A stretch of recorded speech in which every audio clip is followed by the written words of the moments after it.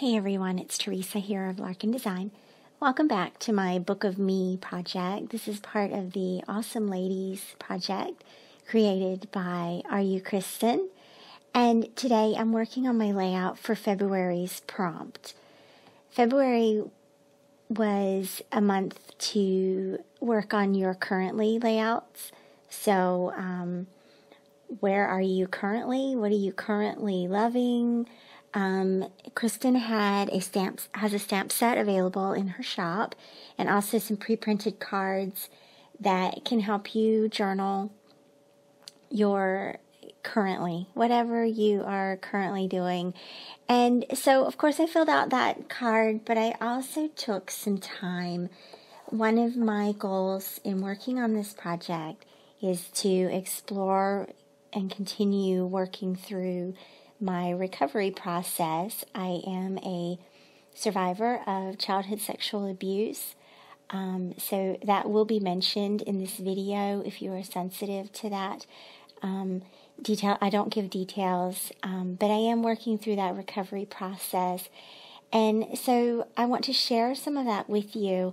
I took the opportunity with this layout not only to document the light and the fun things about my life, but also more serious things, especially where I am right now in that process. I've been working on healing and recovering for the last 2 to 3 years, and it's been quite a journey. It's been quite a process, but I'm trying to use my art to help in that healing process. So the first thing I did before I even sat down at my workspace was I just sat down at my computer and wrote out some of my thoughts. And so I want to share some of those thoughts with you. Again, if this is a sensitive subject for you, feel free to mute. I will notate on the screen when the journaling is done, and then the actual creative process restarts so that you'll know.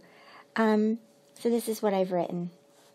The hardest part about surviving childhood sexual abuse in a strictly theological setting where everything was hailed as God's holy plan for your life is that then sexual abuse becomes part of God's plan for your life. Let me be clear, God does not wish for the suffering of children. God does not require the suffering of children for God's own glory. And the problem of hailing God's supposed will in our lives presents a difficult theological problem for survivors.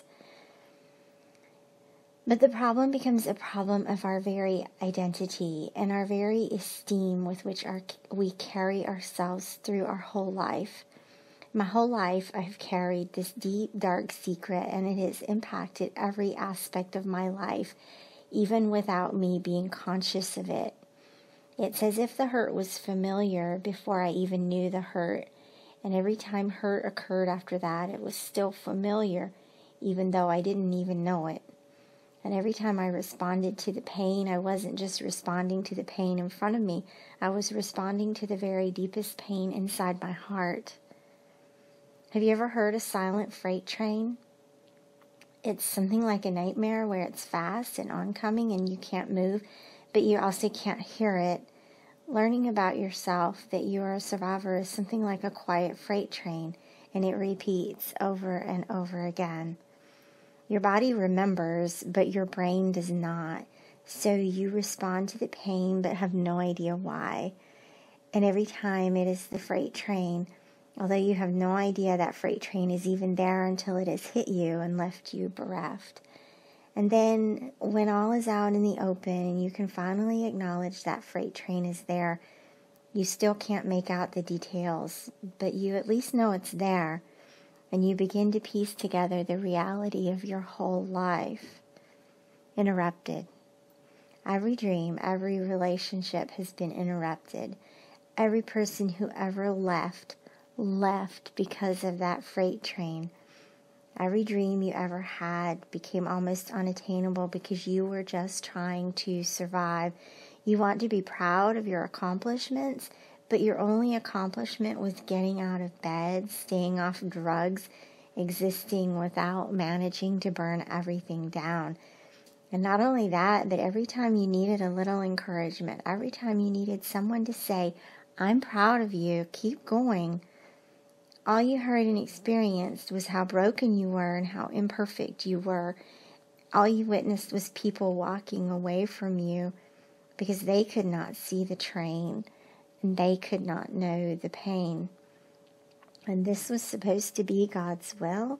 It was God's will that every person would never understand you because you weren't even able to understand yourself.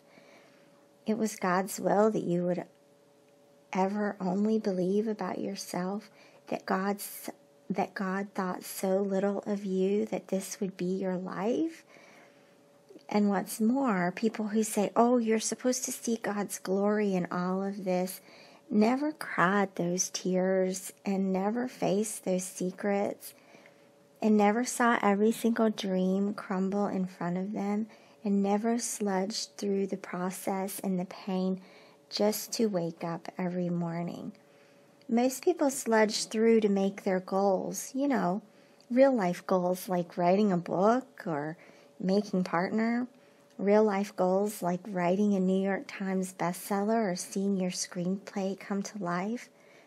But for survivors, the goal is just to survive, to get up tomorrow morning even though your legs feel like rubber, to look yourself in the mirror and smile even though you're dying inside, to work even though you feel like only half a person, even though you know you were only good enough to be used, to keep going even though you know this too will be interrupted because the freight train keeps coming. So hopefully you've been able to watch my process here. I've layered some elements from the Maggie Holmes Flourish collection. There's also some chipboard pieces that are from an older Maggie Holmes collection and the Paige Evans, her first collection. The little